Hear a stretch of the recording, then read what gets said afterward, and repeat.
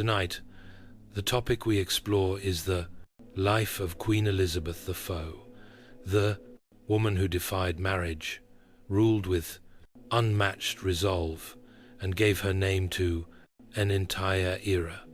From the shadow of execution as a princess to the golden light of triumph as a queen, her reign reshaped England forever, a ruler, a symbol, and a mystery. Elizabeth I stands among the most iconic monarchs in history. So before you get comfortable, take a moment to like the video and subscribe to the channel. Only if you enjoy our content, and let us know where you're watching from and what time it is for you. Sometimes the stories we tell are so interesting that they keep us up, and other times we're working on some boring ones for just that reason. Now it's time to dim the lights, turn on a fan for some soft white noise, and join us as we gently unfold the life, loves, and legacies of the Virgin Queen, Elizabeth Tudor. The year was 1533, and the air in Greenwich Palace buzzed with anxious expectation. King Henry VIII, desperate for a male heir, awaited the arrival of his second child. His new wife, Anne Boleyn, had captivated England, clever, ambitious, and defiant. But when the midwives delivered a baby girl on the 7th of September, silence fell over the fief to court. The longed-for son had not arrived. Instead, a daughter, Elizabeth. Her birth was not celebrated with the grandeur of a future queen. It was to many a political failure, but to her mother, Anne, and to a few loyal supporters, Elizabeth was precious. The infant princess had fiery red hair and a sharp, curious gaze. She bore her father's Tudor blood and her mother's bold spirit. What no one yet realized was that this small child, born into disappointment, would one day command an empire. Elizabeth's early years were not easy. When she was not yet 3, her world turned dark. Her mother, once queen, was arrested, accused of adultery and treason, and taken to the Tower of www, London. Days later, Anne Boleyn was executed, beheaded by sword. Elizabeth, now the daughter of a disgraced woman, was declared illegitimate and stripped of her title. The royal cradle was replaced by a quiet life in the countryside. She was watched more than she was loved. Moved between households, her royal blood kept her in privilege, but her mother's fall kept her in danger. Her father Henry VIII married again and again, and Elizabeth watched, silent and observant as wives were, crowned, discarded, or destroyed. But Elizabeth did not fade. She listened. She learned. Her education was entrusted to the finest scholars, and she absorbed Latin, French, and philosophy with astonishing speed. She read of empires, saints, and kings. Even in childhood, she showed signs of something rare, resilience wrapped in intelligence. Though she had been born into scandal and loss, Elizabeth began to shape herself into something greater, not just a survivor of her mother's tragedy, but a student of it. She understood what power could do, what love could cost, what silence could protect, and deep inside, the fire of her future reign quietly began to burn. As Elizabeth grew into a young girl, her world remained unpredictable, shaped by the whims of a volatile court and the bland, ever-changing moods of a father she barely knew.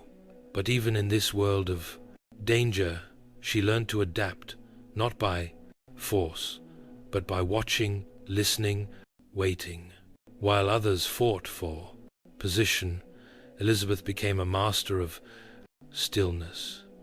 She paid attention to how words were used as weapons, how smiles could hide betrayal. Her mind became her fortress, and inside it she stored every lesson.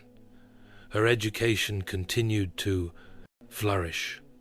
Elizabeth read the works of Cicero and Seneca, absorbing the logic of ancient Rome and the grace of classical poetry. She wrote letters in Latin, translated Greek texts, and spoke French and Italian with near-perfect fluency. More than just a noble woman in waiting, she was becoming one of the most intellectually gifted women in Europe.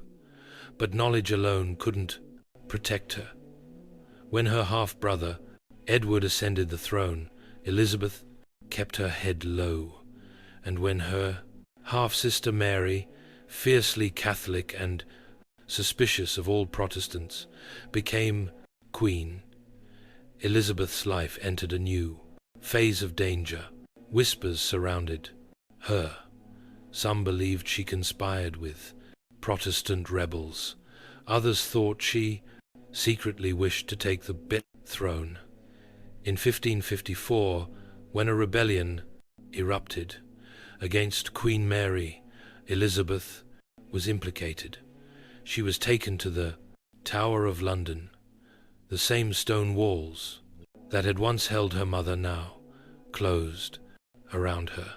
For weeks she lived with the fear that she might never leave alive. The cold halls of the tower echoed with silence, interrupted only by the creak of footsteps, the distant sound of ravens, and her own quiet prayers. But still she did not break. Elizabeth denied every accusation with measured clarity. She wrote carefully worded letters to the Queen, denying treason, while never seeming too confident. She cried when needed, stayed calm when expected, and allowed her silence to speak louder than outrage ever could. Eventually, she was released, but not because she was believed. She had simply become too dangerous to kill and too careful to condemn. When she walked out of the tower, Elizabeth was no longer just a princess with a claim. She was a woman forged in suspicion, sharpened by survival, and her time was coming. The year was 1558, and the bells of London tolled for the death of Queen Mary. The land was quiet with anticipation. After decades of religious strife, burnings, executions, and unrest, the people looked to a new sovereign. A woman once imprisoned in the Tower, once branded illegitimate, was now to wear the crown. Elizabeth Tudor, just 25 years old, was proclaimed Queen of England. She rode through the Jewsin capital streets on a white horse, the November air sharp with the scent of woodsome smoke and change. The people cheered, tossing their caps and kneeling in mud du streets. She smiled, radiant and composed, but inside she knew the prost in wait. She now bore. England was divided. The treasury was nearly bankrupt. Foreign enemies circled, and many still doubted that a woman could rule alone. But Elizabeth had prepared for this moment her entire life. Her coronation on the 15th of January, 1559, was a pageant of gold, velvet, and incense. She walked into Westminster Abbey dressed in white and crimson, crowned beneath the ancient arches of kings, and yet there was something different in her reign from the very start, a sense of resolve, of clarity, of control. One of her first decisions was to restore the Church of England, breaking once more from Rome. But she did it with care. She did not launch mass persecutions or inflamed tensions. Instead, she sought compromise. She wanted peace, not fanaticism. She assembled a council of trusted advisers. William Seal became her most loyal servant, brilliant, steady, and wise. Others like Francis Walsingham and Nicholas Bacon formed the backbone of her government. These men understood her vision, a stable England ruled not by fear, but by intelligence and restraint. And then there was the question that would never go away: marriage. Parliament urged her to choose a husband. Foreign courts sent proposals. Princes and dukes were presented like rare gifts. But Elizabeth refused, not rudely, not hastily. She simply never said yes. She once told her advisers, "I am already bound unto her husband, which is the kingdom of England." She would rule alone in a world where women were expected to follow. Elizabeth had chosen to lead. And though the road ahead would be lined with enemies, threats, and heartbreak, she had already made the most important decision of her reign. She would never share the crown. From the moment she wore the crown, Elizabeth became the most sought-after bride in Europe, not for love, but for alliance, control, and power.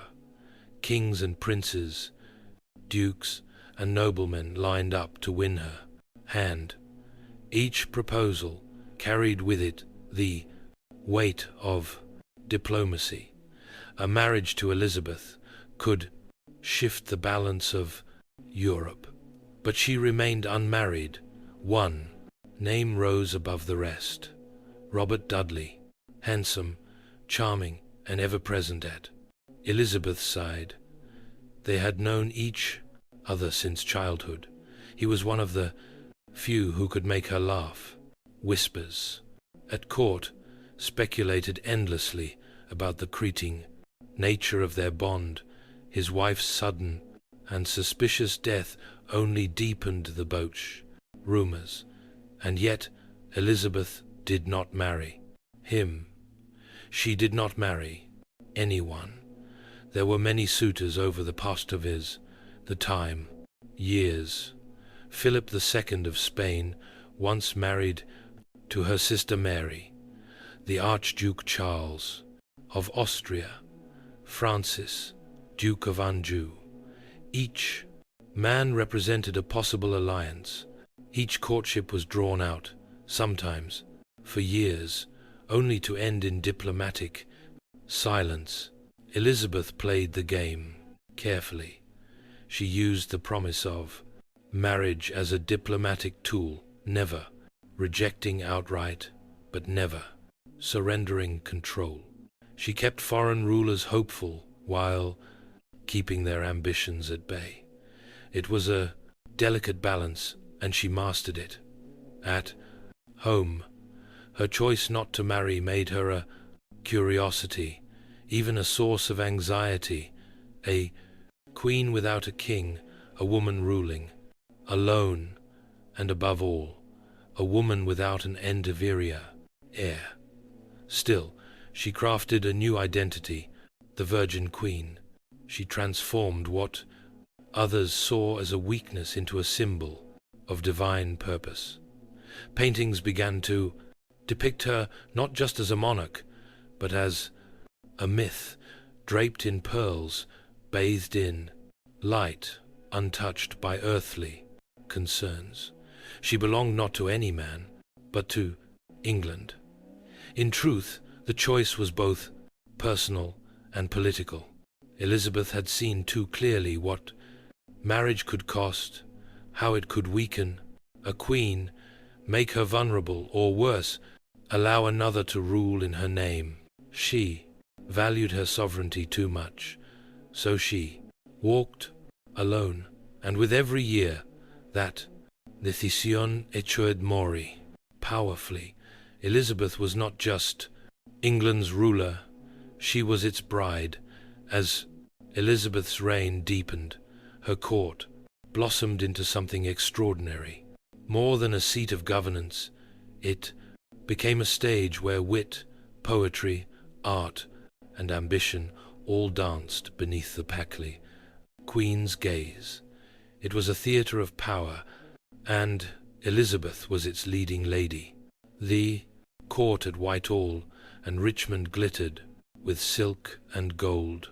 Courtiers arrived, dressed in the latest fashions, ruffled collars, jeweled sleeves, and velvet robes.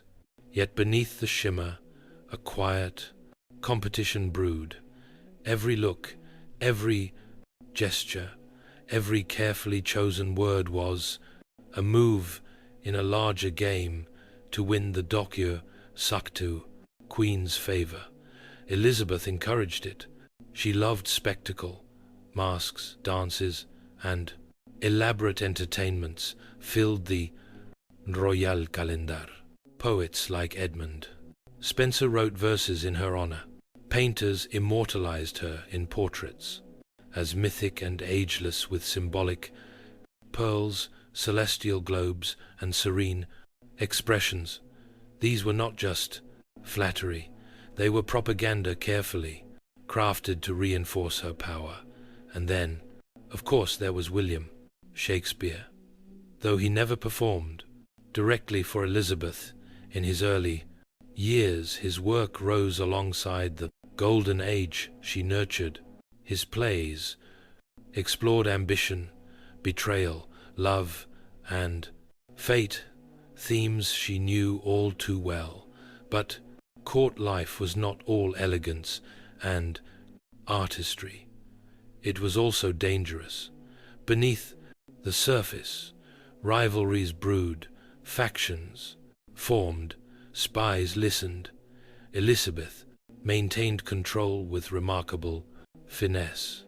She never married, yet she played favorites, raising men like Robert Dudley, Walter Raleigh, and the Earl of Essex to great heights, only to cast them down when they overreached.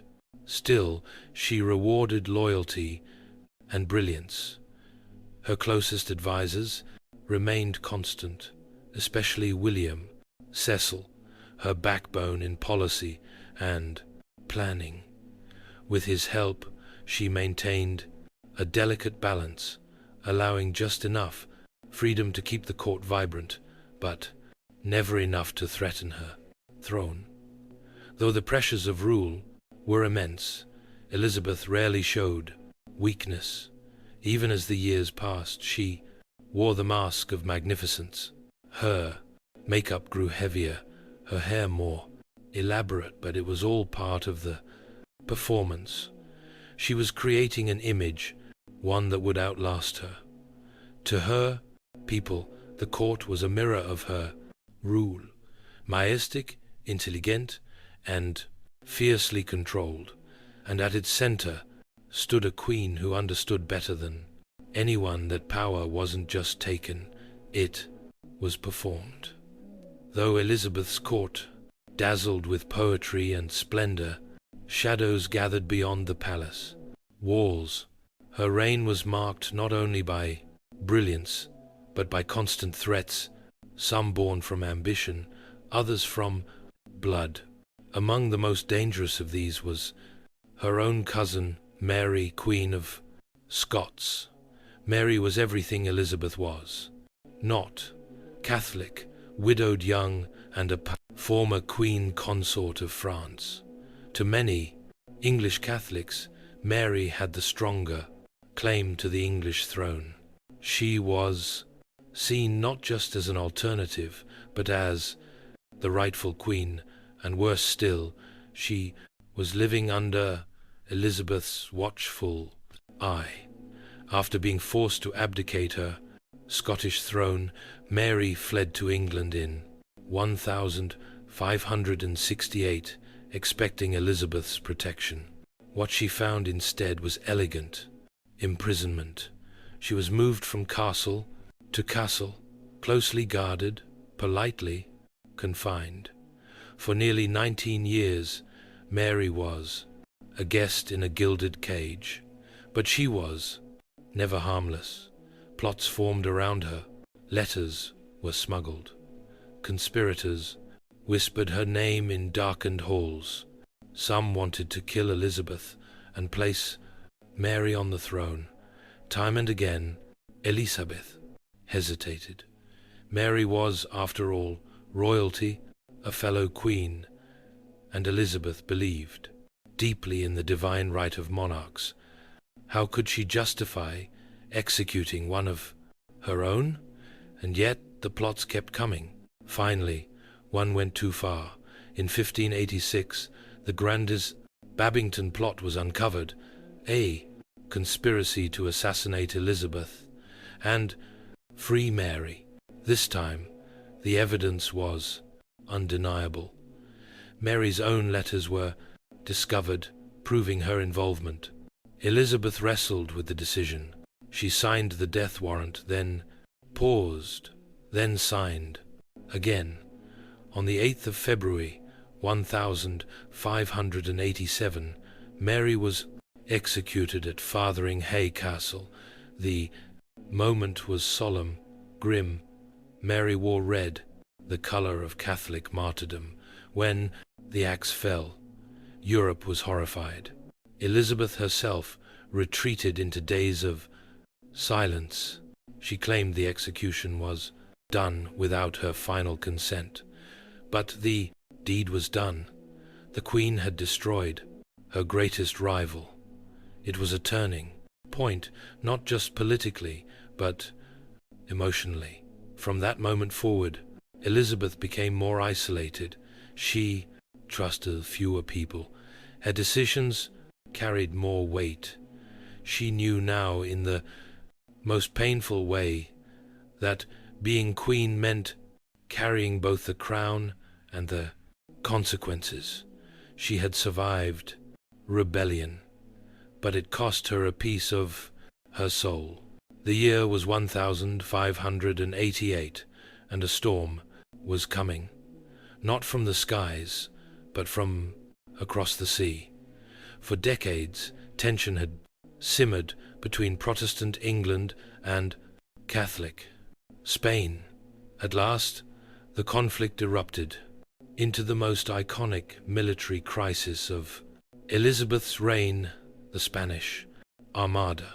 Spain, led by King Philip II, had once been Elizabeth's suitor. Now he was her enemy. Outraged by Mary, Queen of Scots' execution and angered by English raids on Spanish ships, Philip launched a grand invasion. Over 130 ships carrying more than 30,000 men set sail for England. It was called the Invincible Armada. England was outmatched. Fewer ships, fewer men, less firepower. But Elizabeth had something Spain didn't: speed, strategy, and unshakable resolve. As the Armada approached, Elizabeth traveled to Tilbury, where English troops awaited. Clad in armor, beneath a silver breastplate, she delivered a speech that would become legend. "I may have the body of a weak and feeble woman, but I have the heart and stomach of a king, and of a king of England, too." Her words stirred the soldiers, but the battle would be fought at sea. English ships, smaller and faster, harassed the Spanish formation in the calm, narrow channel. Fire ships scattered the sprays du de eau de vent. fleet at Kalala, and then nature intervened. Terrible storms battered the Spanish as they tried to flee north, around Scotland and Ireland. Many ships were wrecked. Thousands of men were lost. When it was over, only half of the Armada returned to Spain. The invasion had failed. Elizabeth had survived. But the victory was not just military. It was symbolic. England, small and divided, only a generation before, had stood against the most powerful empire in the world and endured. Elizabeth's image as the Virgin Queen became more powerful than ever. She was no longer just a monarch. She was a national icon. Paintings showed her standing tall with her hand over the globe, her gown studded with eyes and ears, symbolizing her awareness, her command. The moment solidified her legacy. The defeat of the Armada didn't end all threats, but it marked a turning point. Elizabeth's England would never be underestimated again, and the Queen, once doubted by kings and dismissed as a woman alone, had now proven herself invincible. In the years that followed the defeat of the Spanish Armada, Queen Elizabeth II stood at the height of her power. Her face adorned medals, coins, and tapestries. Foreign ambassadors bowed with reverence. Her people praised her as Gloriana, the shining jewel of England. But time, like the tide, could not be held back. The Queen, who once dazzled with youth and wit, now entered her 50s and 60s. Her most trusted counselors began to die. William Seal, her wise and faithful advisor for 4 decades, passed away. Robert Dudley, perhaps the only man she ever loved, died unexpectedly in 1588. When she heard the news, she locked herself in her chambers and refused to eat for days. The court grew colder. New courtiers sought power, but too few earned her trust. She grew more suspicious, more reserved. Her days were filled with ceremony and statecraft, but her nights increasingly with silence. One of her last favorites, Robert Dio, the Earl of Essex, embodied the trouble of this fading era. Young, charming, and ambitious, Essex captured Elizabeth's to favor, but also her eye. He disobeyed orders, failed in battle, and eventually led a reckless rebellion against the root crown in 6001. Elizabeth was forced to sign his death warrant. He was executed for treason, and with him another piece of her heart vanished. Economically, the country strained. War had emptied the treasury. The cost of living rose. The once glittering court became more ceremonial, less vibrant. Yet the people still loved her. They saw in Elizabeth not just a queen, but the spirit of their nation, enduring, proud, and unyielding. In her final years, Elizabeth refused to name a successor, fearful that it would undermine her authority while she still lived. She stood alone, increasingly weary, yet unwilling to let go of power. The once glorious pageants grew fewer, the dances slowed, the sparkle dimmed, but the crown remained firmly on her head. She wore white lead makeup to mask the aging face beneath.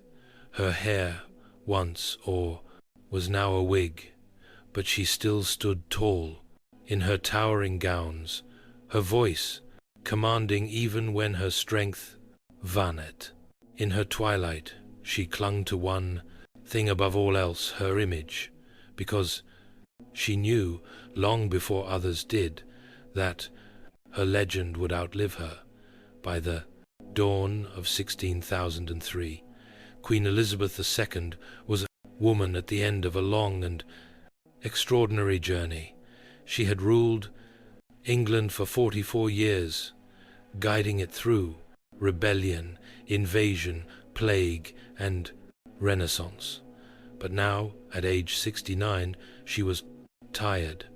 She withdrew more often from public life. Her appetite faded. She grew thinner, more distant, sometimes lost in thought for hours, sitting silently beneath the windows of Richmond Palace. Those closest to her knew the Queen was slipping away. She refused to take to her bed. Perhaps it was pride. Perhaps it was fear of the symbolism. A monarch lying down meant a monarch nearing death. She stood or sat on cushions on the floor for hours, dressed in white, cloaked in silence. When her doctors pressed her to rest, she replied softly, "Must is not a word to be used to princes." In her final days, Elizabeth reportedly pointed to the name of James VI of Scotland as her successor, son of Mary, Queen of Scots. It was a full circle of fate. The woman she had once executed would now have a son inherit her throne, but there was no bitterness in it, only inevitability. On March 24th, 6003, the Virgin Queen passed away. In her sleep, the news echoed through London. Bells rang, black cloth draped. The streets and her people mourned, not just the loss of a ruler, but the end of an age. The Tudor dynasty was over. Yet something remarkable happened. Elizabeth's legend did not fade. It grew. She was remembered not as a frail, aging monarch, but as the radiant queen who had stood tall against empires, who gave her name to an era of discovery, drama, and defiance.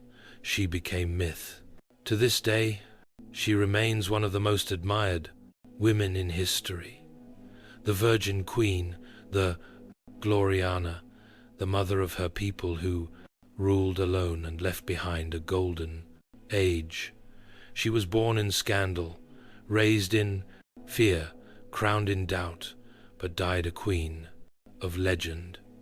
And though her voice has long been silent, the echoes of her reign still shape the soul of a nation. England was her husband and history, her child. Long before the rise of modern hospitals, long before sterile tools and electric lights, the people of ancient Egypt practiced medicine in the warm, golden land along the Nile. Here, beneath a sky of blazing sun and soft starlight, healing was both a sacred act and a daily necessity. The Egyptians believed that good health was a gift from the gods, and illness a sign of divine displeasure or spiritual imbalance. To be sick was not simply to be physically unwell. It was to be out of harmony with the world, the body, or the gods themselves. Health required balance, and so medicine was inseparable from religion, magic, and ritual. Healing began not with a diagnosis, but with a prayer.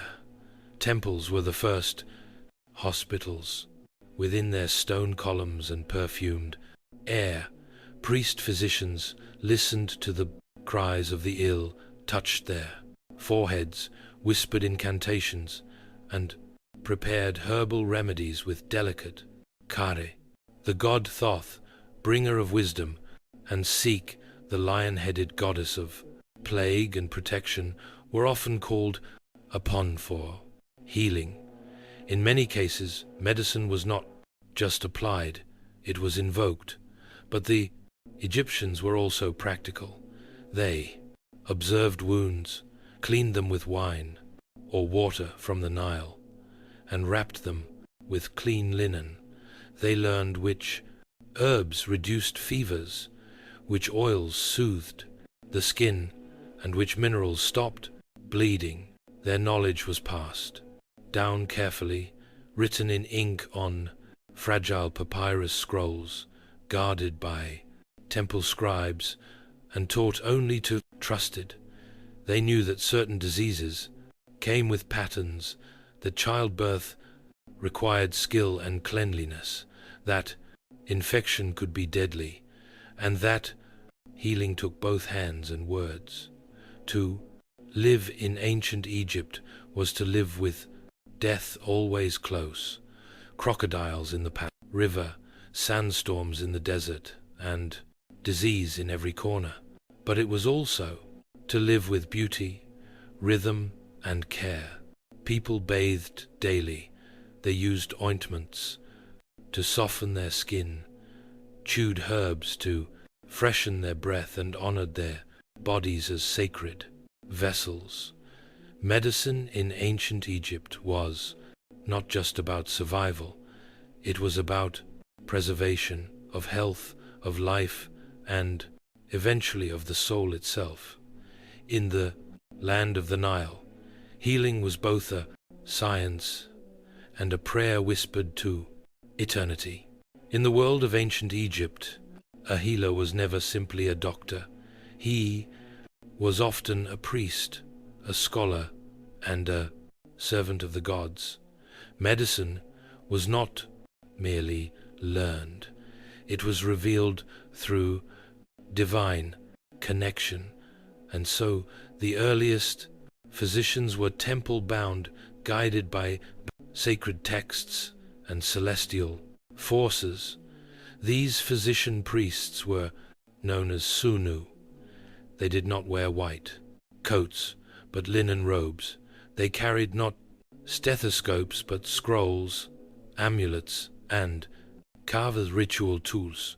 They served not only the sick, but the gods who watched over the health of all. One such deity was Thule, the ibis-headed god of wisdom, writing, and sacred knowledge.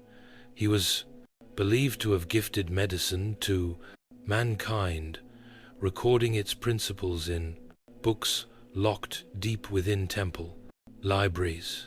This presence was invoked whenever healing began. His name whispered before a word was spoken or a wound touched. But the most feared and revered goddess in this realm was Seek, with the face of a lioness and eyes of fire. Sekhmet represented both disease and its cure. She was said to bring plagues upon Egypt when angered, but also to lift them when too appeased. Prayers to Seek were spoken with awe. Her priests memorized hundreds of rituals to calm her wrath and channel her healing strength. When a patient fell ill, the Sunu consulted the gods. Through ritual, they would anoint sacred statues, burn incense, and chant over water to make it holy. Sometimes healing began with a dream. Patients slept inside temples, hoping the gods would reveal the cure while they rested in divine silence. Yet, alongside the gods, stood men like Imhotep, a real physician, architect, and sage, who lived over 4,000 years ago and was later worshipped as the god of medicine. Shrines were built in his name, and his wisdom was thought to protect against sickness, even centuries after his death. This was the heart of Egyptian medicine, divine and practical, ancient and eternal. To treat the body, one had to honor the spirit. Healing required not just skill, but reverence. Every remedy was a ritual, every illness a message from the heavens, and the physician priest stood between two worlds, part healer, part messenger, forever listening to the breath of the gods. Deep within the storerooms of ancient temples, where the air was dry and the scent of incense lingered, scrolls were kept like treasure. Among them was one of the greatest artifacts of healing ever written, the Ebers papyrus, discovered in the 19th century, but penned over 3,500 years ago. This massive scroll stretched over 65 feet long, written in careful hieratic script. It contained more than 700 remedies, spells, and surgical techniques. It was not just a medical manual. It was a living reflection of how the Egyptians viewed the body, disease, and the unseen forces that moved between them.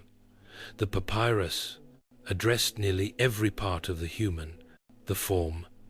There were treatments for eye, infections and stomach pain, for broken bones and hair loss, for breathing troubles and even mental disturbances. Some cures were purely herbal: cloves, honey, onions, and resins ground into pastes or steeped in wine. Others required chants or ritual gestures, calling on divine names to activate their power. One passage offered advice on treating asthma, a mixture of herbs heated on stones with the patient, instructed to inhale the rising vapors. Another described the symptoms of diabetes-like conditions, frequent urination and thirst, revealing an understanding of chronic illness far ahead of its time. And yet, mixed among these observations were rituals, instructions to draw protective symbols on the skin, to recite words over amulets, or to bury certain materials beneath the moonlight. The Egyptians did not separate science from the sacred. To them, knowledge came from the gods, and healing required both the hand and the spirit. The Ebers papyrus also spoke of the mu, a concept believed to be channels or vessels that carried air, blood, and other life forces throughout the body. Though not fully aligned with modern anatomy, it hinted at a deep curiosity about internal systems. The Egyptians may not have had microscopes, but they observed, they recorded, and they remembered. This ancient scroll was likely studied in temple schools, passed between physician priests, and consulted in times of illness or divine uncertainty.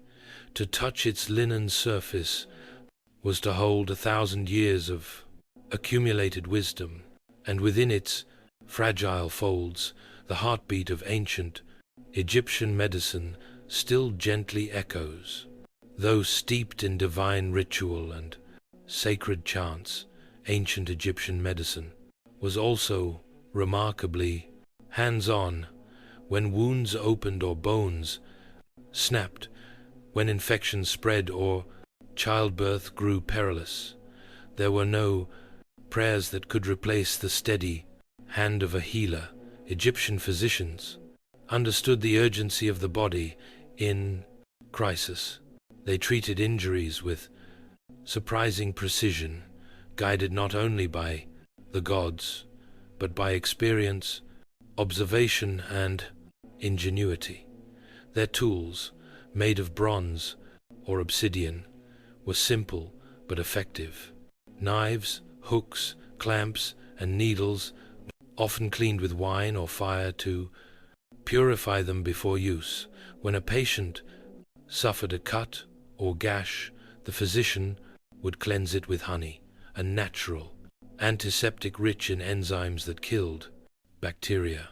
Then came linen bandages, carefully wrapped to protect the wound and promote healing.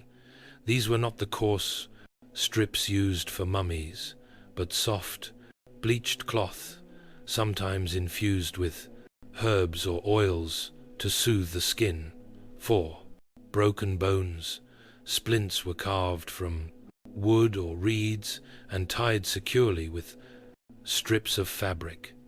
Dislocated joints were massaged back into place with oils. Swelling was reduced using cool compresses made from crushed lotus root or ground minerals. Even burns were treated with mixtures of milk, honey, and clay to draw out heat and prevent infection. Surgeons understood the body's structure through animal dissection and battlefield necessity. Though internal surgery was rare, abscesses could be drained, boils lanced, and infected tissue removed. They even practiced a form of cauterization, using heat to stop bleeding or close wounds, sometimes with incantations spoken alongside, as if to seal the injury on both physical and spiritual levels. There was no anesthesia in the crackling modern sense, but sedatives existed. Mandel root, poppy extract, and fermented drinks could dull pain and ease the body into a dreamlike stillness, and through all of it, there was a sense of calm. The healer worked slowly, methodically. Each motion had meaning. Each patient was a soul in need of restoration, not just a body to be mended. In these moments, amid blood and bandages, the sacred metal, and through steady hands and ancient herbs, Egypt's sunlit temples gave birth to some of the world's first true surgeons. To walk into an ancient Egyptian healing chamber was to enter a space where the seen and the unseen coexisted, while herbs and salves were prepared by hand. Just as vital were the words spoken, spells, incantations, and sacred names whispered into the air like medicine for the spirit. Illness was not always blamed on natural causes. Often it was believed that evil spirits, malevolent gods, or the restless dead had invaded the body. Cures had to be physical and spiritual. That meant using magic, not as superstition, but as a legitimate branch of medicine. A healer might begin by chanting over the patient, invoking protective deities like Isis, the nurturing mother goddess, or Bez, the dwarf god who warded off nightmares and disease. The rhythm of the chant was important. It had to flow like the Nile, smooth and uninterrupted. These incantations were thought to cleanse the air around the patient, drawing out invisible forces that caused pain or imbalance. In addition to words, amulets were essential tools of protection, worn around the neck, tied to the wrist, or hidden beneath wrappings. These charms were shaped with sacred intention. A scarab symbolized renewal and rebirth. The eye of Horus protected against harm and ensured healing. An ankh, the looped cross, offered vitality and long life. Each amulet was often made of specific materials: gold, lapis lazuli, carnelian, believed to hold magical vibrations. They were blessed in temple rituals before being given to the sick. Some cures called for complex magical procedures. The spell might require the writing of a sacred name on a piece of papyrus, which would then be burned, buried, or swallowed with water. Other rituals involved drawing protective circles on the floor or painting symbols on the patient's skin to block evil forces from returning. Even medicines themselves were sometimes accompanied by spells. A pus for a snake bite might be applied with the spoken words, "Come, out, poison, may Ra strike your heart." This union of word and substance, of spirit and science, formed the true heart of Egyptian healing. For them, the body could not be healed unless the soul was soothed, and so the healer became both doctor and sorcerer, treating the wounds that could be seen and casting out the ones that could not. Beneath the shadows of temple walls and along the fertile banks of the Nile, the ancient Egyptians gathered their medicine not from bottles, but from the earth. Leaves, roots, resins, seeds, and flowers. Nature was their apothecary, and the land itself was filled with healing. The Egyptians knew their plants well. They understood which herbs cooled fevers, which eased pain, and which stirred the stomach into calm. Their remedies were not guessed. They were learned, passed from healer to apprentice, etched into papyri, and refined over generations. To soothe burns, they used aloe vera, its thick gel applied directly to damaged skin. For infections, they turned to myrrh, a fragrant resin harvested from desert trees. Myrrh was antibacterial, soothing and sacred, burned in temples, rubbed into wounds, and mixed with wine. For sore throats, pain was relieved using willow bark, which contained salicin, an early version of aspirin. The bark was chewed or brewed into tea, its bitter taste masking the power within. Coriander, cumin, garlic, and juniper berries were used for digestion, while fenugreek calmed coughs and licorice root sweetened the breath and soothed the throat. Many remedies were prepared with care. Ingredients were ground on smooth stone pallets mixed with oil, wine, milk, or honey, and administered in carefully measured doses. Some were swallowed, others applied to the skin. Some were packed into wounds, others were burned so the patient could inhale their healing. Smoke. Honey was a common ingredient, not just for taste, but for its natural ability to fight infection and preserve tissue. Milk and beer, sacred in daily life, became carriers for powdered herbs or crushed minerals. Even animals played a role. Fat from crocodiles or hippos, crushed beetles or snakes' skin might be used in rare treatments, though always balanced by ritual and prayer. Every ingredient had purpose, both physical and symbolic. Their medicine cabinets were not hidden behind glass. They grew from gardens, markets, and temple courtyards. The world itself was filled with healing if one knew where to look, and though their pharmacology was born from intuition rather than chemistry, the results spoke for themselves. For in ancient Egypt, plants were more than tools. They were silent physicians, rooted in the rhythms of life. To the ancient Egyptian healer, diagnosing an illness was not a quick or simple task. The body, after all, was a vessel not only of blood and bone, but of spirit, emotion, and destiny. Understanding what ailed a person meant observing not just symptoms, but signs, not just the flesh, but the fate behind it.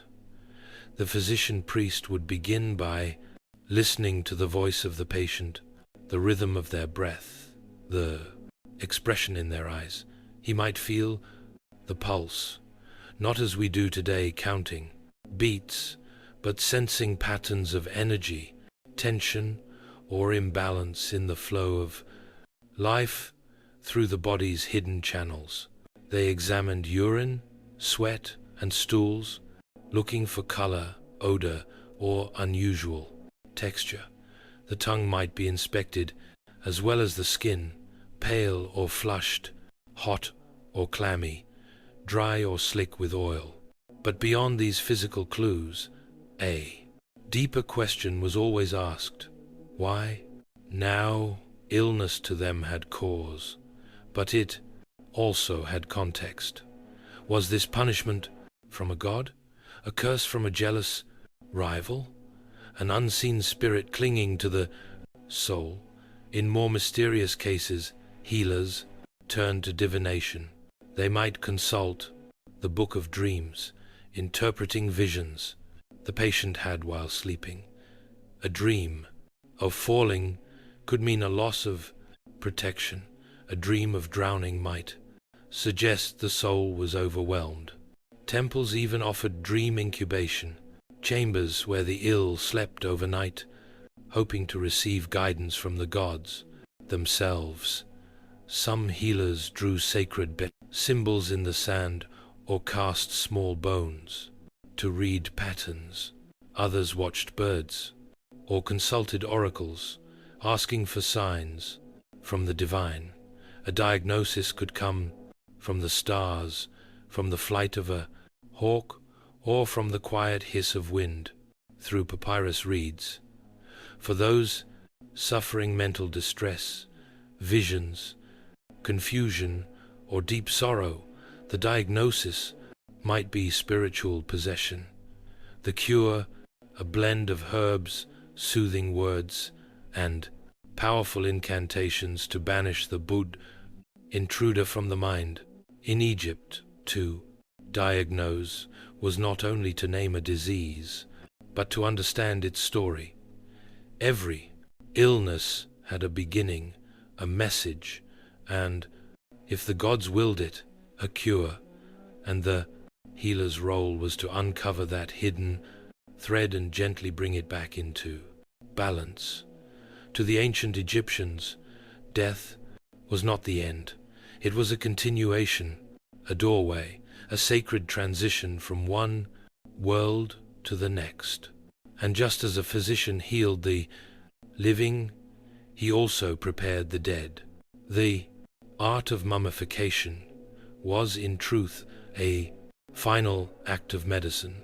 The process was long, 70 days of careful ritual preparation. It began with the washing of the body using water from the Nile and fragrant palm wine to purify the flesh. Then came the removal of the pocketed internal organs, the stomach, intestines, lungs, and liver, each carefully taken and placed into canopic jars watched over by protective gods.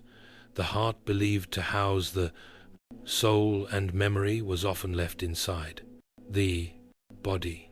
In some cases, it was replaced by a sacred amulet, a scarab, to ensure safe passage through the afterlife. The most delicate step was the removal of the brain. A long hooked tool was inserted through the nose, breaking the thin bone behind the eyes. The brain was drawn out in fragments not considered vital for the afterlife. Once emptied, the body was packed with natron salt, a powerful drying agent. For 40 days it rested in stillness as moisture left the flesh. Then came the wrapping, a process both medicinal and mystical. Hundreds of yards of linen were layered around the limbs, fingers, and torso, often inscribed with protective spells and sealed with resin. Amulets were placed between the layers, each symbol meant to guard a part of the spirit's journey. The Eye of Horus for protection, the Ankh for eternal life, the Jed pillar for strength and stability. The final wrapping was often done with great ceremony. Priests recited the opening of the mouth ritual, symbolically restoring the senses so the soul could eat, speak, and breathe in the afterlife. Perfumed oils were applied. A mask, often golden, was placed upon the face. The mummified body was then placed in a carved sarcophagus, and finally within a tomb, filled with food, tools, and texts for the next world.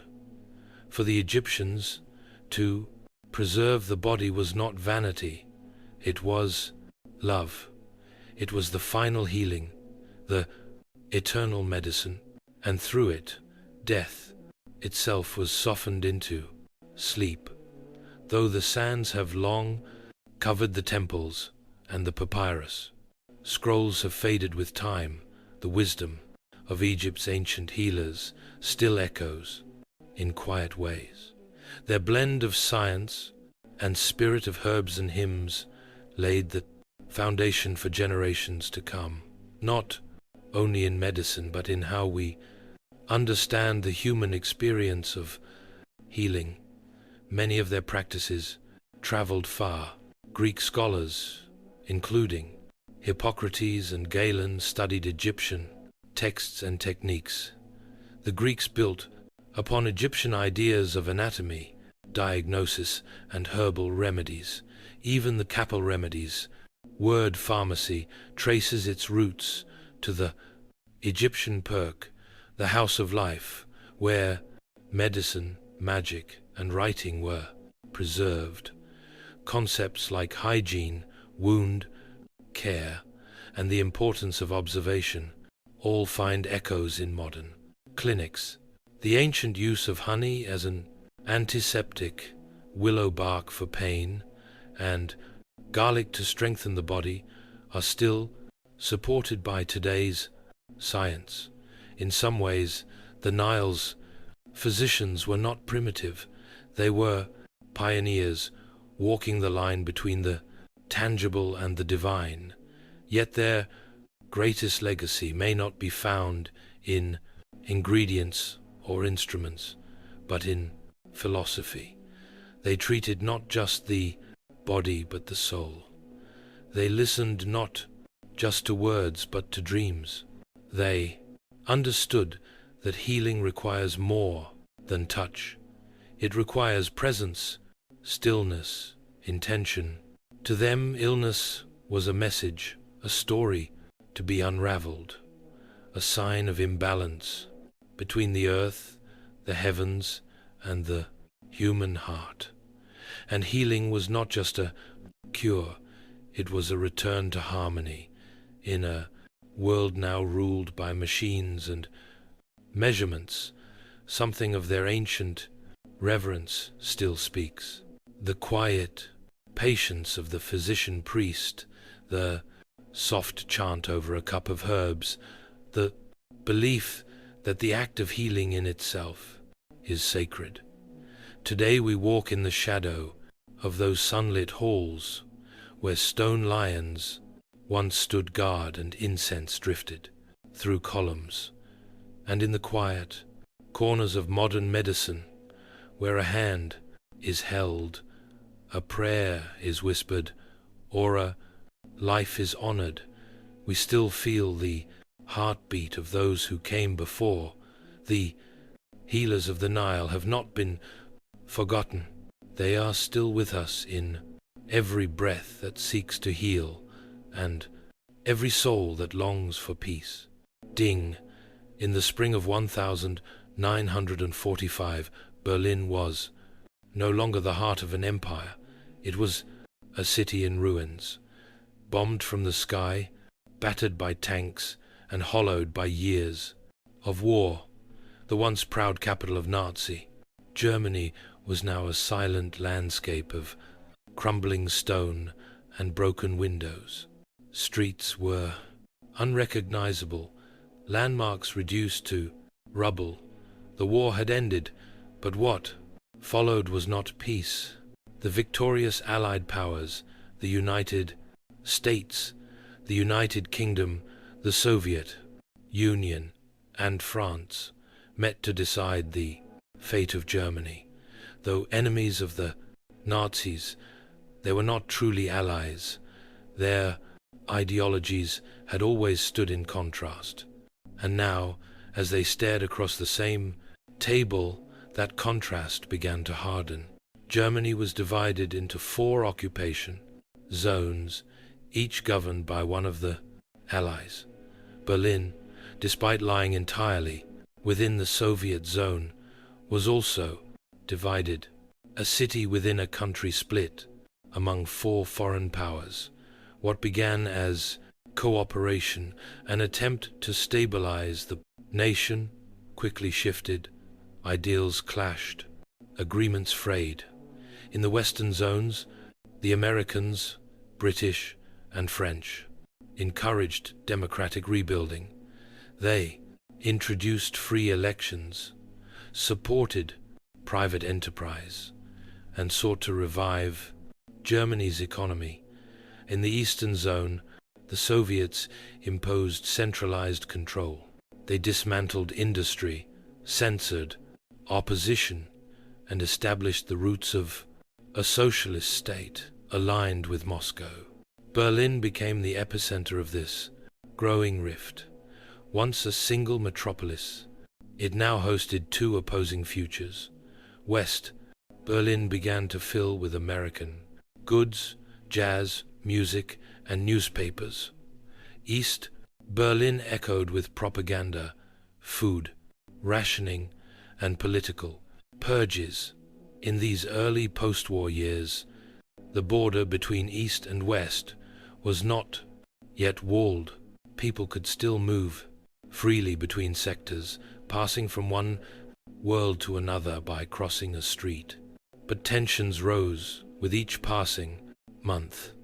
In 1948, when the Western Allies introduced a new currency, the Soviets retaliated with the Berlin blockade, sealing off road and rail access to the city.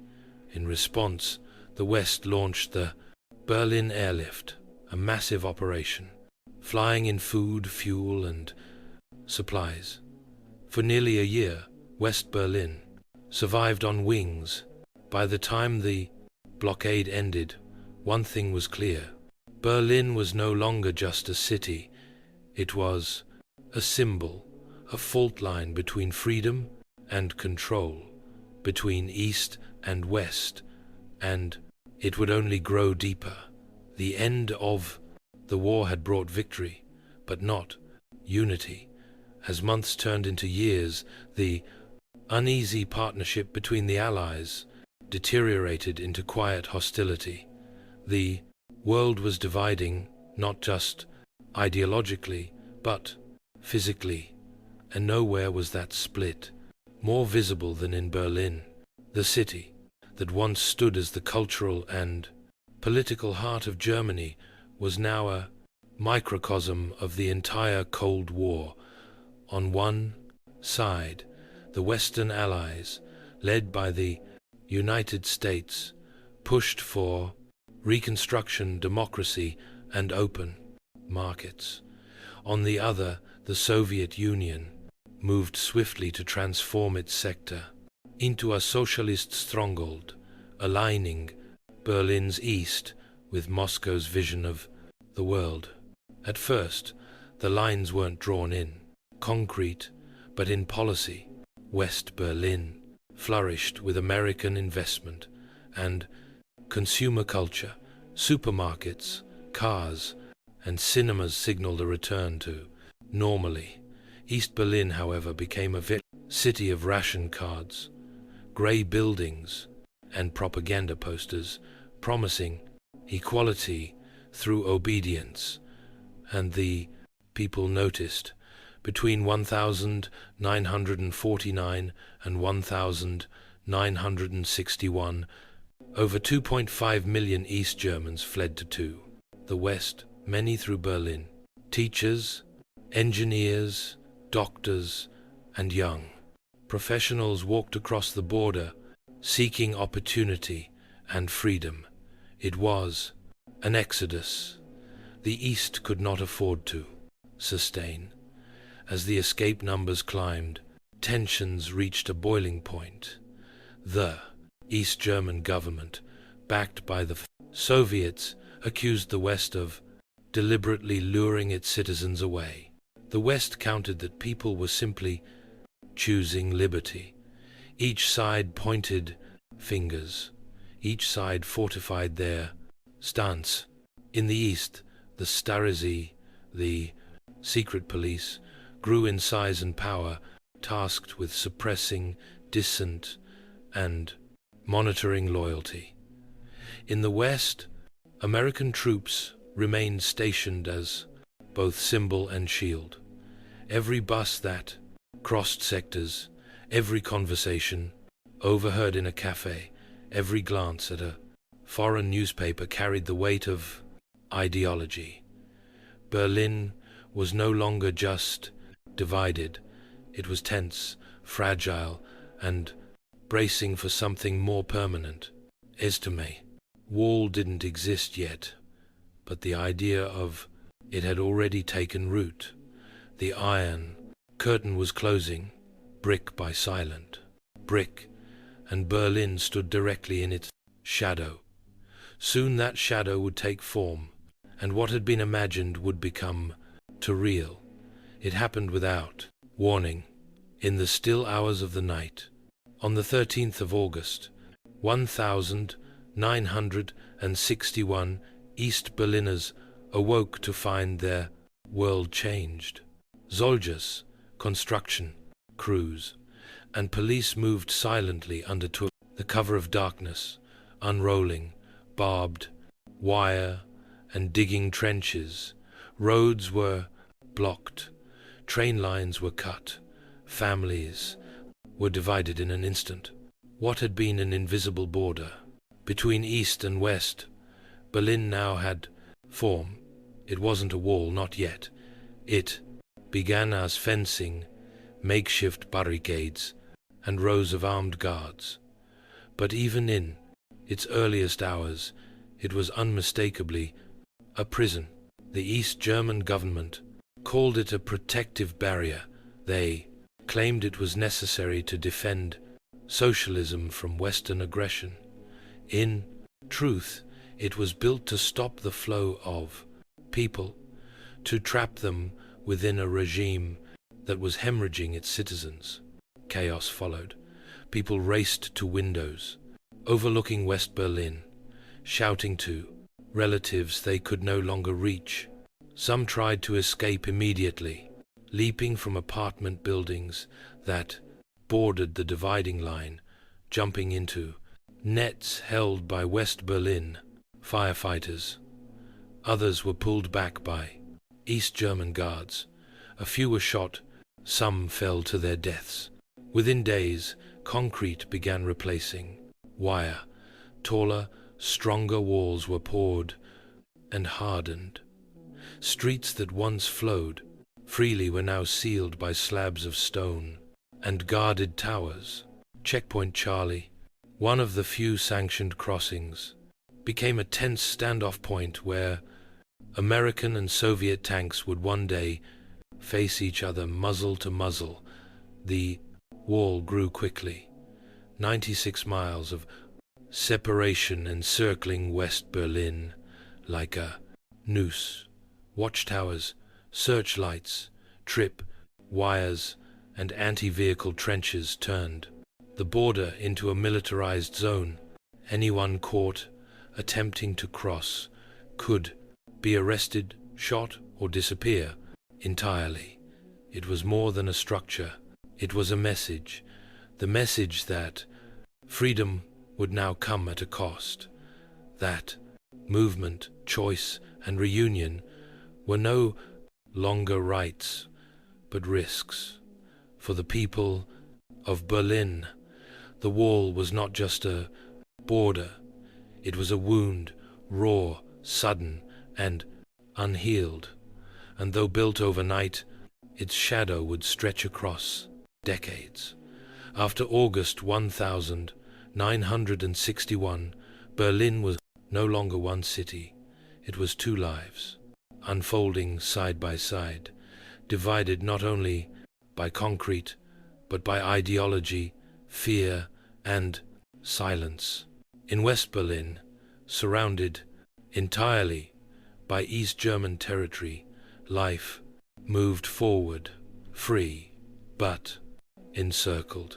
The city became a showcase of Western democracy.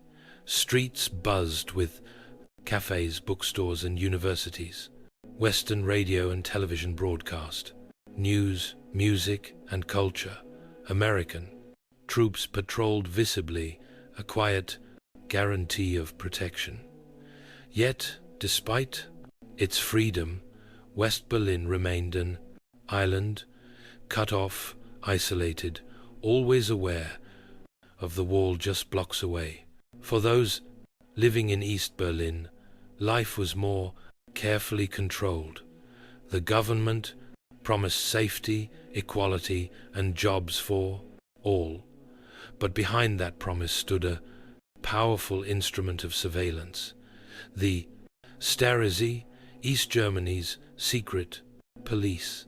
They listened, watched, and recorded. Nearly 1 in 6 East Germans became informants, sometimes willingly, often under pressure. Neighbors spied on neighbors. Teachers monitored students. Friends vanished after private conversations. A wrong word could mean arrest. A joke could end a career. And still, most people endured. They worked, raised families, went to concerts and museums, but always with a sense that someone was listening, that their lives were not entirely their own. The wall became part of the landscape. Children grew up playing in its shadow, never having known a time before it. Lovers stood on opposite sides, waving silently across the divide. Grandparents died without seeing their grandchildren again. Even telephone lines between East and West were severed. Letters were censored. Emotions had to be folded up like maps of a city you could no longer reach. And yet people adapted. West Berliners held protests and candlelight vigils. East Berliners found quiet joy where they could through music, poetry, whispered dreams. Churches became places of refuge where resistance could be, spoken behind stained glass and candles. But no one ever forgot the wall. It was always there, grey, cold, and watching, a constant reminder that freedom could be taken in a night. And, for the people of Berlin, life became a balancing act of hope and resignation, of love and loss, of waiting and remembering, waiting for the day the wall might fall. The Berlin Wall stood as a fortress, concrete, steel, and silence. But even the strongest walls could not stop the human desire for freedom, and so from the moment it rose, people began searching for ways to go, over, under, and through. Some tried within hours. In those first confused days, people leapt from windows of buildings that bordered the West. Some made it, others fell to their deaths as East German authorities rushed to brick up the exits. Over time, the escapes became more desperate and more daring. One group of friends spent months digging a tunnel beneath the wall, hauling dirt out in buckets, and working by candlelight. In the end, 29 people crawled to freedom through that narrow passage. Another family floated across the border in a homemade hot air balloon stitched together from scraps of nylon and powered by propane tanks. Others hid in modified cars, curled beneath floorboards, or crammed into secret compartments behind dashboards.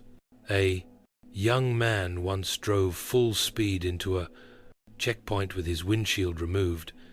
so the border guards couldn't see him. Dark moments before he crossed. The gamble worked. He lived. Some tried to swim the icy waters of canals and rivers, offering a dangerous but open route. A few succeeded, many did not. Bullets were often faster than water. In total, more than 5,000 people successfully escaped from East Berlin during the war years, but over 140 lost their lives in the attempt. Each one became a symbol of courage, desperation, and the cost of control. Among the most haunting was Peter Fechter, an 18-year-old shot while trying to climb over the wall in 1962. He fell back into the death strip, crying out for help as soldiers stood watching. No one came. He bled to death in view of the world. His story and so many others echoed beyond Berlin, stirring outrage and sorrow across the globe. For those who escaped, life in the West was often bittersweet. Freedom came with guilt, grief, and the knowledge that loved ones remained behind. But each successful crossing struck a quiet blow against the wall's power, because every escape was more than a journey. It was a reminder that no wall, no matter how high or guarded, could stop the will to be free. Not everyone could escape. For many in East Berlin, crossing the wall was never an option. Family, risk, or circumstance held them in place. But staying didn't deny man surrendering. In the quiet corners of everyday life, resistance took root, not with weapons, but with words, whispers, and willpower. Writers and poets smuggled their work westward, publishing banned manuscripts under pen names. Their voices, too dangerous to speak aloud in the East, were carried over the airwaves by Western radio. Even the act of listening became an act of rebellion, tuning into Radio Europe. Volume turned low, curtains drawn shut. Churches became sanctuaries, not just of worship, but of truth. While the state watched schools and workplaces, the Lutheran Church offered space for discussion, dissent, and hope. In candle-lit halls, people gathered to talk about peace, reform, and the possibility of change. The regime tolerated the church only reluctantly, and its leaders became guardians of the last slivers of free thought. Artists turned blank walls into symbols. Painters created surreal, dreamlike pieces laced with meaning. Musicians recorded underground cassettes filled with lyrics that criticized the regime. In metaphor, even graffiti, dangerous and illegal, became a voice in the dark. Students passed notes in code. Families told jokes behind closed doors. Children grew up learning to speak in two ways, one for school, one for home. The Star watched it all. Their network was vast. Informants in universities, apartment buildings, theaters. A careless comment could result in interrogation or worse. Yet still, people resisted. Not loudly, not always visibly, but persistently. In West Berlin, solidarity movements rallied and amplified those voix. Activists sent books, letters, and support across the divide. Western musicians held concerts at the wall, their music spilling over the concrete. David Bowie in 1987 sang Heroes just meters from East Berlin, his voice heard by thousands on both sides.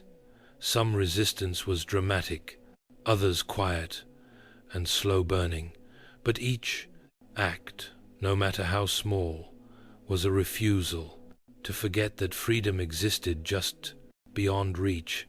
The wall could divide a city, but it could not fully crush the human spirit. In silence, in song, in secret smiles, resistance endured, and beneath the surface of control, something was shifting. By the mid-1980s, change was stirring, not just in Berlin, but across the Eastern Bloc. The Soviet Union, long the architect of East Germany's policies, was beginning to shift. Under Mikhail Gorbachev, reforms known as glasnost openness and perestroika restructuring began to ripple through the rigid steel of communist control. But East Germany's leadership resisted. Hardline and paranoid, they rejected reform, insisting that socialism would continue untouched. Yet, the people knew otherwise. The outside world was no longer out of reach. Western television beamed images of prosperity. Radio waves carried voices of change. Travelers returned with stories of life beyond the wall. Then, something unexpected happened in Hungary, a fellow Eastern Bloc nation. Border fences began to come down. In May 1989, Hungary opened its border with Austria, creating a quiet escape route. To the west, thousands of East Germans poured into Hungary, then crossed into Austria and freedom. This wave of defiance sparked a chain reaction. Peaceful protests spread through East Germany. In Leipzig, citizens gathered in churches and public squares, holding candles and chanting, "We sind das Volk, we are the people." Their message was clear. The government no longer spoke for them. Week after week, the protests grew. In Dresden, Berlin, and other cities, tens of thousands marched peacefully, but with conviction. For a state built on surveillance and silence, the noise of the people became deafening. International pressure mounted. Cameras captured the marches, the tension, the courage. Even East German security forces began to hesitate. The world was watching, and bloodshed would not go unnoticed. Behind closed doors, East German officials scrambled to respond. In their desperation to calm the protests, they made a mistake. A single sentence at a Packen-7 press conference delivered without clarity, suggesting that travel restrictions would be eased effective immediately. The meaning was misunderstood. The people heard one thing: the border is open. That single crack spoken in confusion was enough.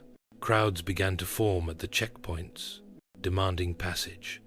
The guards, stunned and uncertain, reached for phones that no one answered.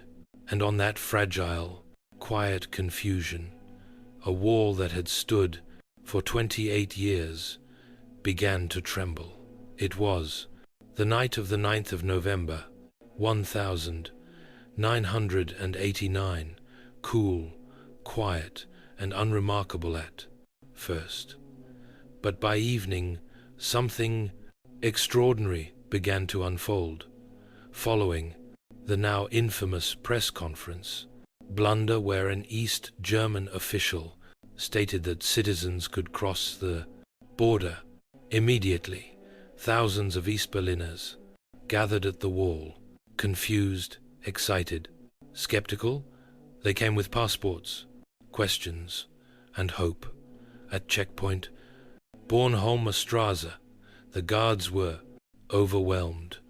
They hadn't received orders. No one knew what to do. Crowds grew. The chants became louder. Open the gate. Some guards shouted into phones, asking for instructions, asking for help. But the higher-ups too were caught off guard. No orders came. And then, at 10:45 p.m., a miracle born of hesitation happened. A single border guard, faced with thousands of unrelenting citizens and no clear direction, made a choice. He opened the gate. Within moments, people surged forward, laughing, crying, embracing strangers. East Berliners poured into the West, where crowds were already waiting with champagne, flowers, and tears. The divide of decades was now a flood of joy. As midnight approached, Berliners climbed the wall itself. They stood atop the concrete monster that had haunted them for 28 years, arms raised to the sky. Some chipped away at it with hammers and chisels, turning the wall into dust and souvenirs. Others simply sat in silence, unable to speak through the emotion. There was no violence, no sirens, no bullets, only freedom. The world watched in awe. News anchors struggled to hold back tears. Politicians scrambled to understand what was happening. But for the people of Berlin, there was nothing to debate. The wall had fallen not by decree, not by policy, but by the will of those who refused to live divided. That night, the city sang. Streets once patrolled by soldiers rang with music, clinking glasses, and the murmur of reunions. Siblings met after decades. Old lovers embraced.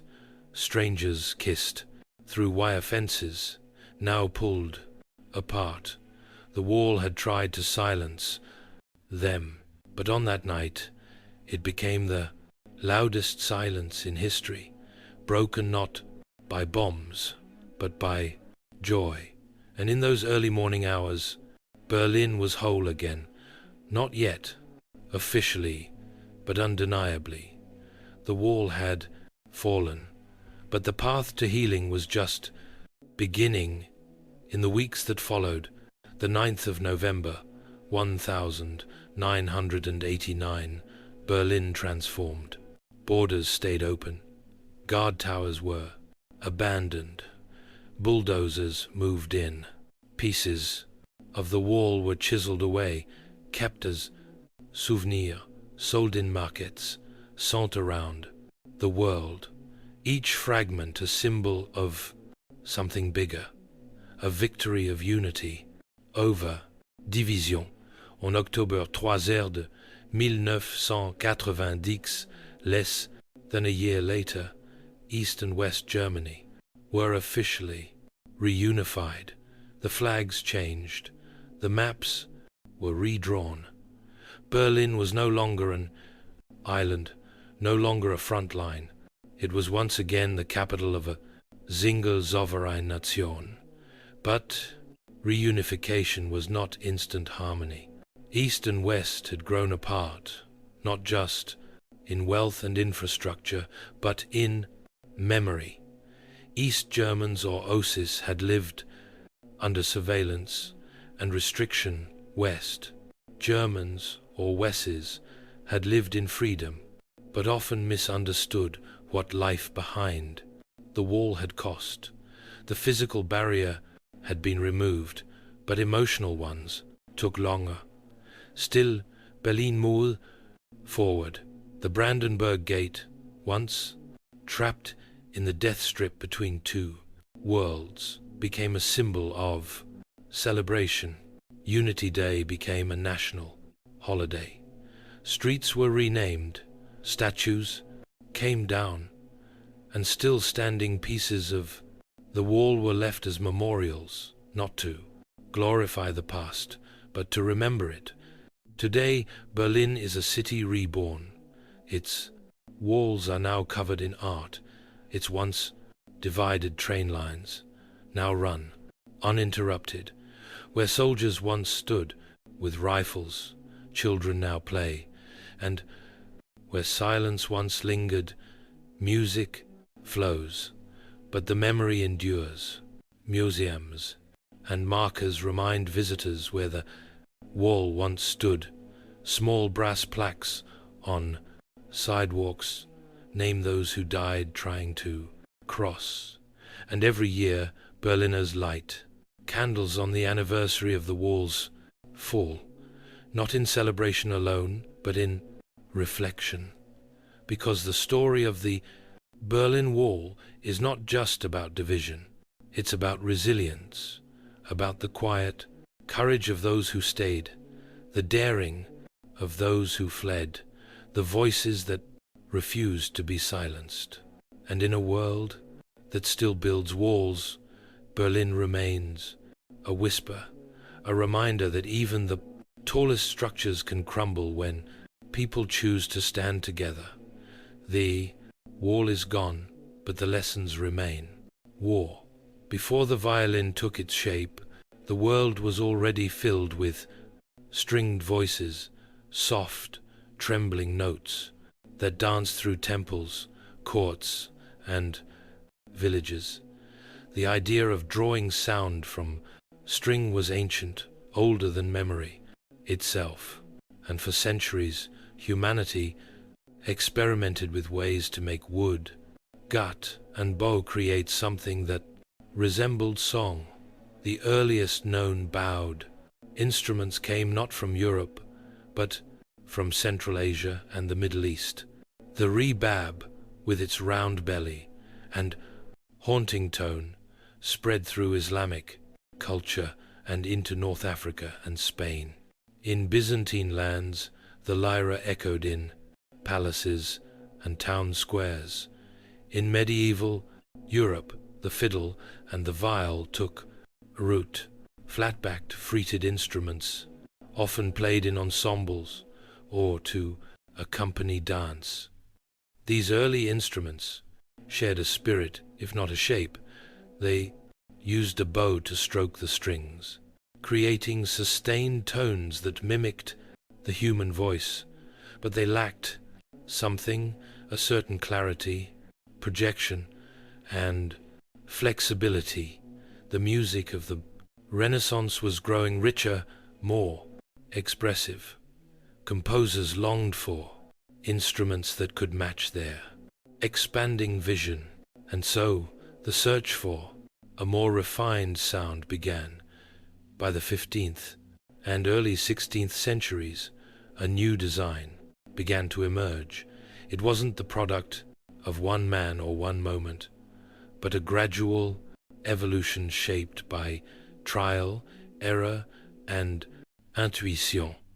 L'huillier, string instrument makers, experimented with curved tops, arched backs, and F-shaped sound holes, searching for balance between resonance and control.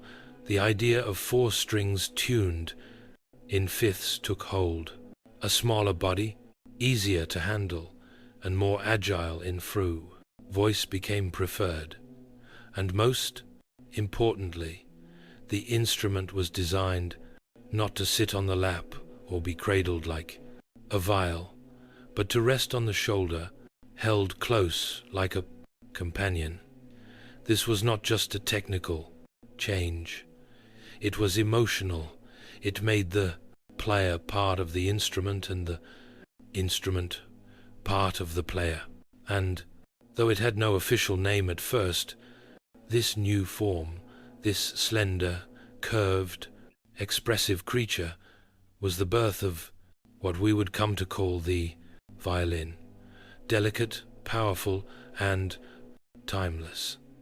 In the heart of northern Italy, nestled beside the slow-moving waters of the Po River, lies the quiet city of Cremona.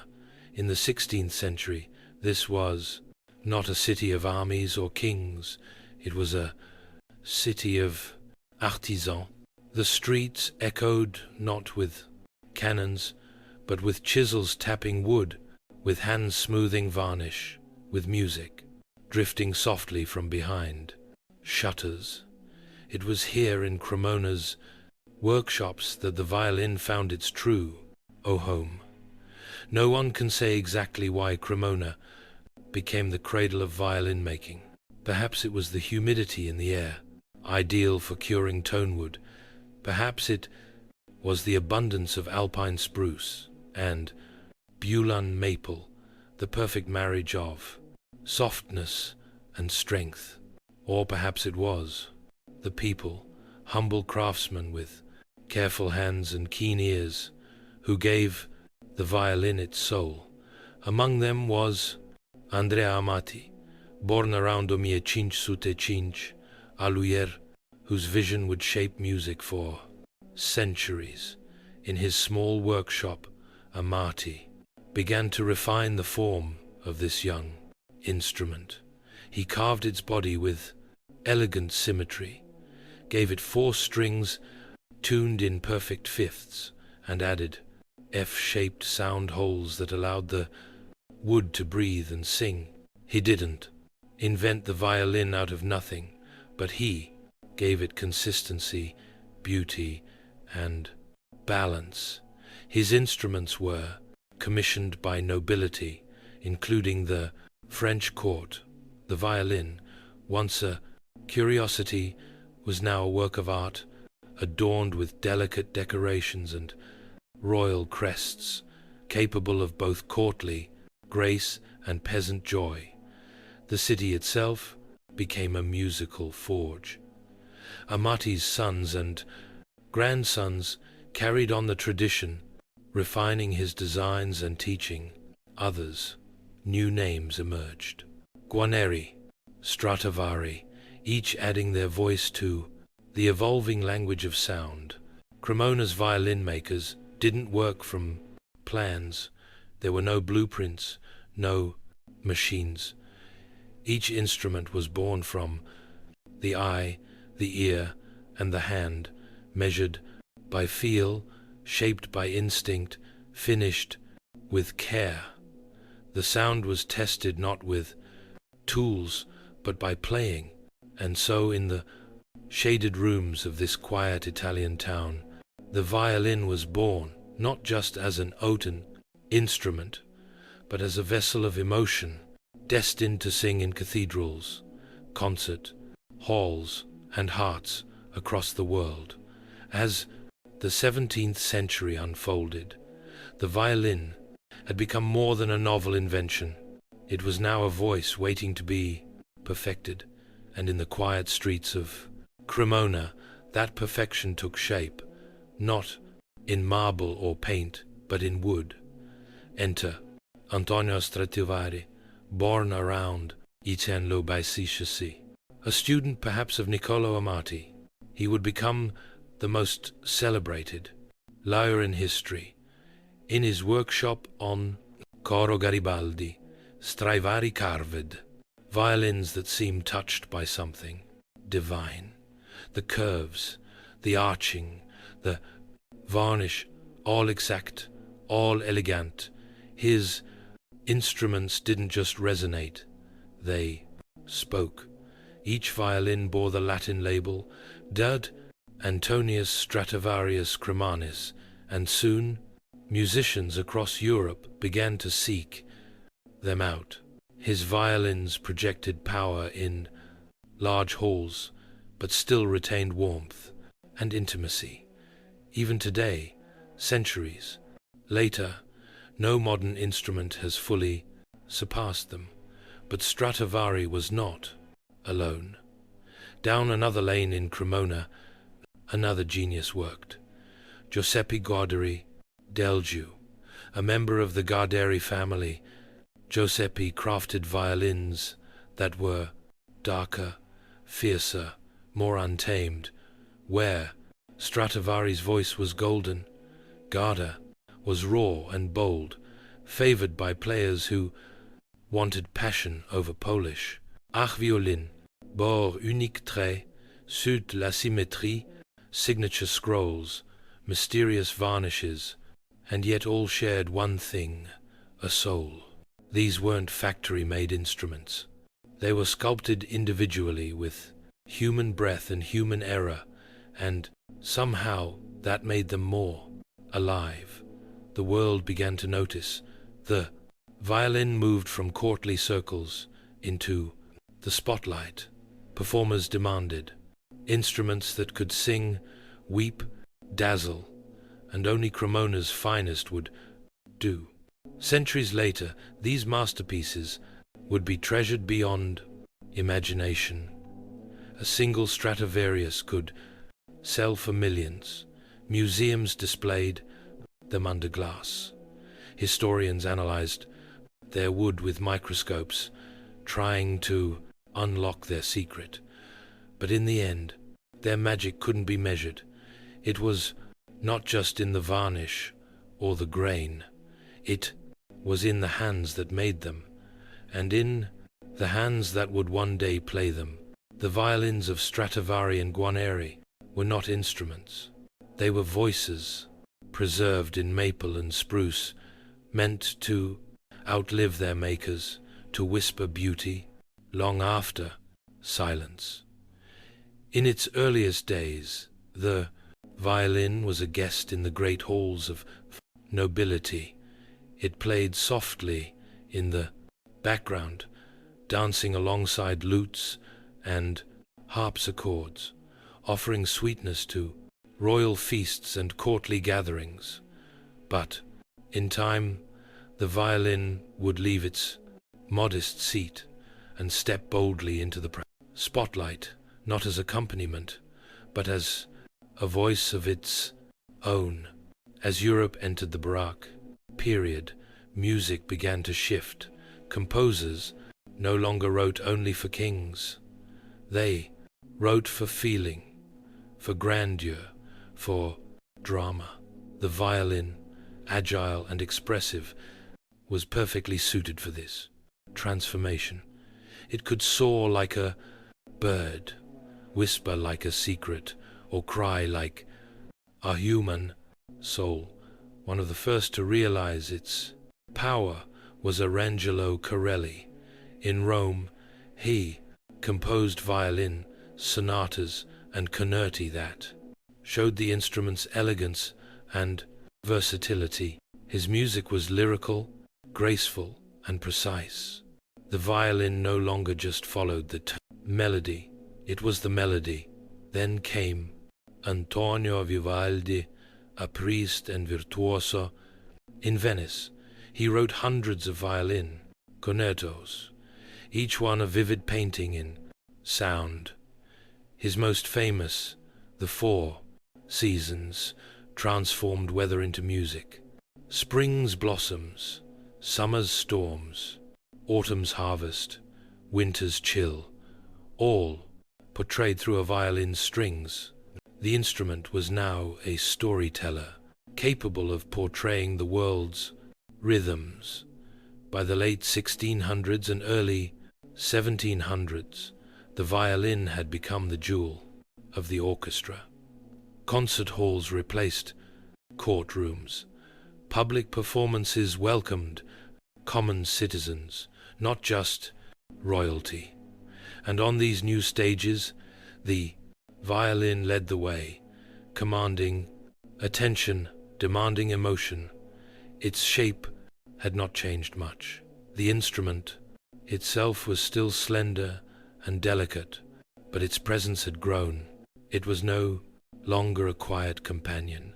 It was a voice for composers, a challenge for performers, and a bridge between the forting, private, and the public. The violin had stepped out of the salon and onto the, quote, world's stage. And with each performance, each concerto, and each trembling note, it proved that it was not just another instrument, it was the heart of the music. By the 19th century, the violin was no longer confined to elegance. It had become a force of raw expression, capable of thrilling crowds and revealing the most intimate corners of the human soul. And leading this transformation was a man who seemed to be born of myth, Niccolo Paganini, tall, pale, with long black hair and eyes that burned. Paganini was both genius and enigma. When he played, his fingers blurred across the fingerboard. He leapt across octaves, bent notes into cries, and coaxed sounds from the violin no one thought possible. Rumors swirled. Some said he had sold his soul to the devil in exchange for his gifts. In truth, Paganini had simply mastered the violin in a way no one had before. He invented techniques that pushed the instrument to its limits. Left-hand pizzicato, double stops, rapid harmonics. His compositions weren't just difficult. They were daring, theatrical, emotional. Audiences were mesmerized. Composers were inspired. And the violin was now seen not only as a beautiful instrument, but as a mirror of human passion. Others followed Joseph Joachim, the poetic interpreter of Brahms, Pablo di Sarasate, whose elegance matched Paganini's fire, Fritz Kreisler, who infused charm and warmth into every phrase. Each left their fingerprint not only on the violin's music, but on the violin itself. Composers responded to this new era of virtuosity. They wrote violin concertos that demanded more than just skill. They demanded soul. Mendelssohn's concerto sparkled like moonlight. Tchaikovsky's burned with heartbreak. Brahms thundered with intensity. The violin was asked to feel everything, and it did. No longer limited to chords or accompaniment, the Dridu Indi AT. Violin had become a soloist, a storyteller. It could now sing of joy and sorrow, fury and longing. In a single note, it could say what words could not. And for the listener, the experience was personal. The violin didn't just play music. It reached inside and stirred something ancient, something aching and beautiful. It was no longer just about performance. The violin had become the voice of the soul. To play the violin is an art, but to make one is something even more elusive. The violin is not assembled. It is sculpted, coaxed from wood with patience, instinct, and centuries of inherited knowledge. No factory or machine can replicate the hands of a master luthier. The process begins with wood, not just any wood, but carefully chosen pieces, with the right grain, age, and resonance. Spruce for the top, light and vibrant. Maple for the back and sides, strong and flexible. The wood must be seasoned, sometimes for decades, to reach its perfect voice. Then comes the carving. The arch of the body must be just so, the thickness of the plates, the exact shape of the F, holes, the curve of the scroll, all impact the sound. Lumière's work slowly, listening as they shave away slivers. The goal is not perfection, but balance between strength and vibration, brilliance and warmth. And then there is the varnish, a mystery that has puzzled scientists for centuries. The golden glow of a Stradivarius, the dark fire of a Guarneri. Each was finished with secret blends of oils, resins, and pigments. Was the magic in the ingredients or in the hands that applied them? Modern researchers have X-rayed, Connecticut, scanned, and chemically analyzed the great violins of the past. They've measured frequencies, modeled acoustics, even recreated 3D printed copies. And yet, no one has fully unlocked the secret, because the secret may not be in the material, but in the relationship. A great violin is more than its parts. It is the product of hours spent listening, adjusting, feeling.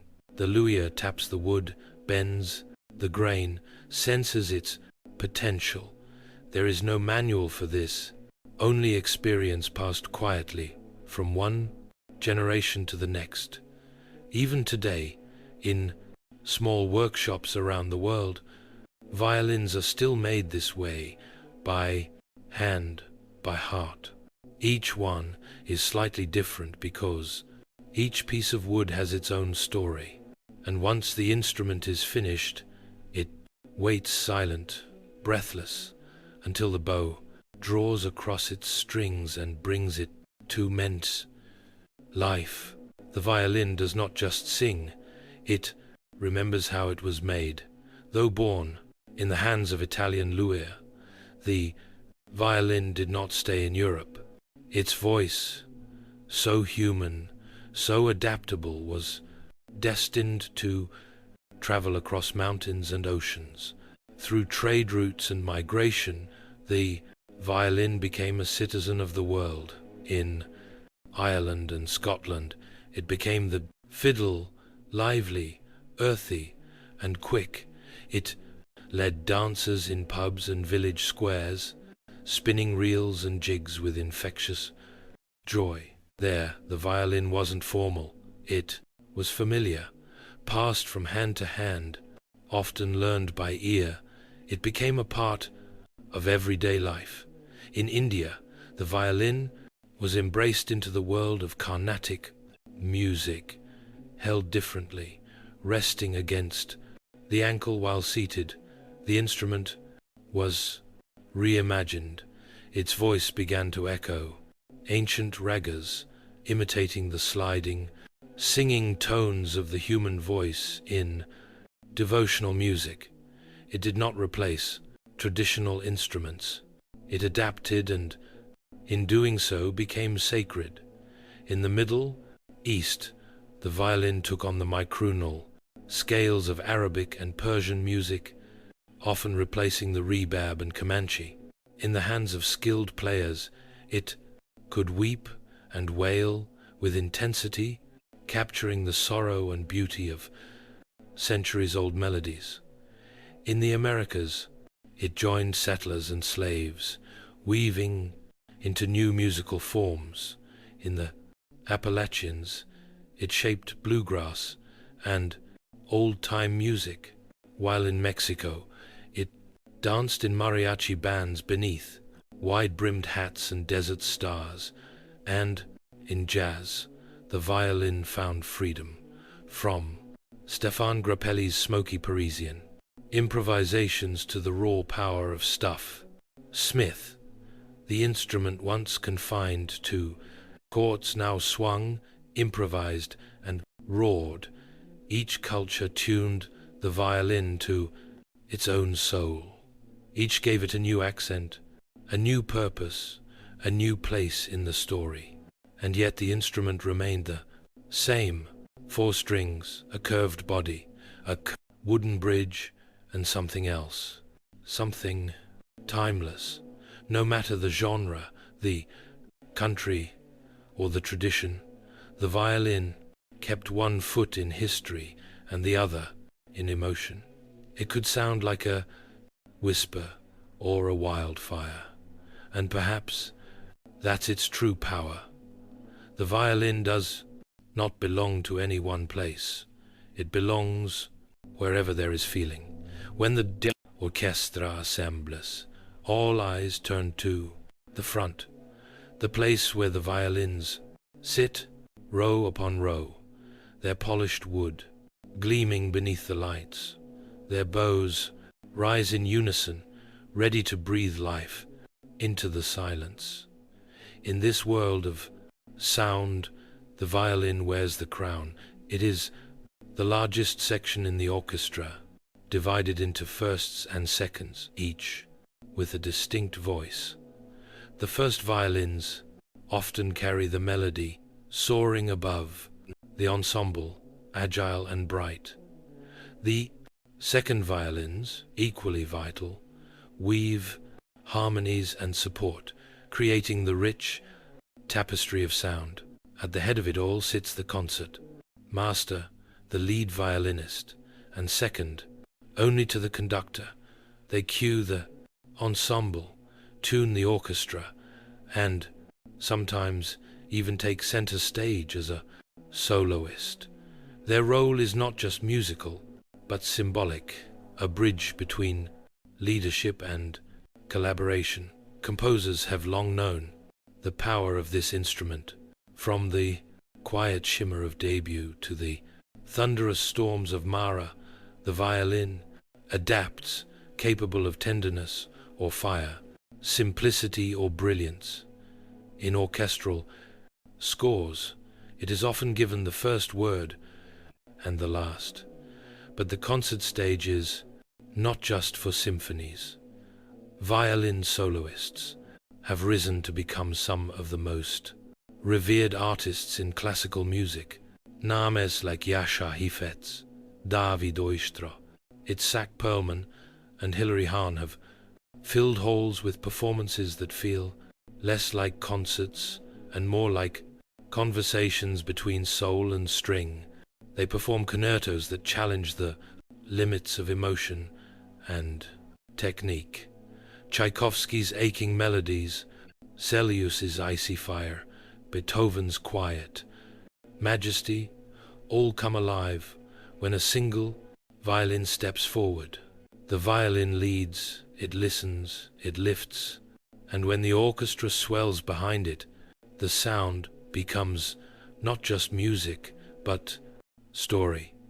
In the concert hall, under golden ceilings and velvet curtains, the violin has found its kingdom. It speaks in a language no words can match, telling tales of longing, love, fury, and joy.